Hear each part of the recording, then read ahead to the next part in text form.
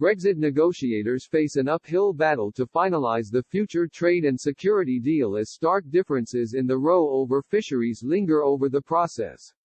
Sources close to the EU-UK talks confirmed the major dispute about fishing rights in Britain's coastal waters remains unsolved.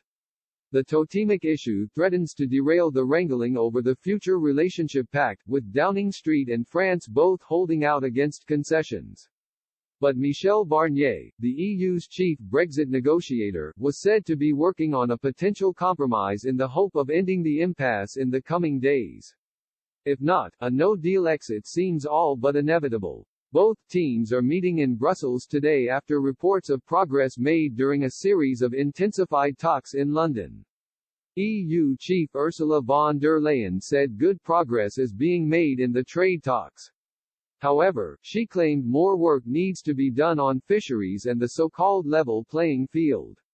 She said, "We're making good progress, but there are two critical issues, level playing field and the fisheries, where we would like to see more progress." A source close to the UK negotiating team said there had been little movement in the row over fishing opportunities. Difficult issues remain difficult, they added. Boris Johnson has been adamant any future EU-UK trade deal must respect Britain's coastal sovereignty and ensure the government controls access to its waters. Yesterday France's Europe minister issued a dire threat to Mr Barnier and the UK. Clement Beaune told the Senate, "The face of Brexit will be the face of our fishermen, so we must be able to tell them that their interests were protected. There is no reason for us to give in to British pressure." France, supported by Belgium and Denmark, are holding out for the bloc's original demands to maintain status quo access to the UK's fishing grounds as the price for a trade deal. President Emmanuel Macron has previously claimed he would rather veto a pact instead of sacrifice his fishermen. Trawlermen in northern France have warned they face being put out of business if they can't catch fish in the English Channel after Brexit.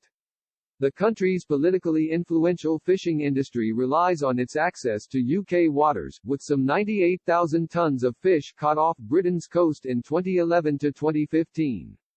Left unresolved, the issue will likely sink any chance of a Brexit pact between the UK and EU.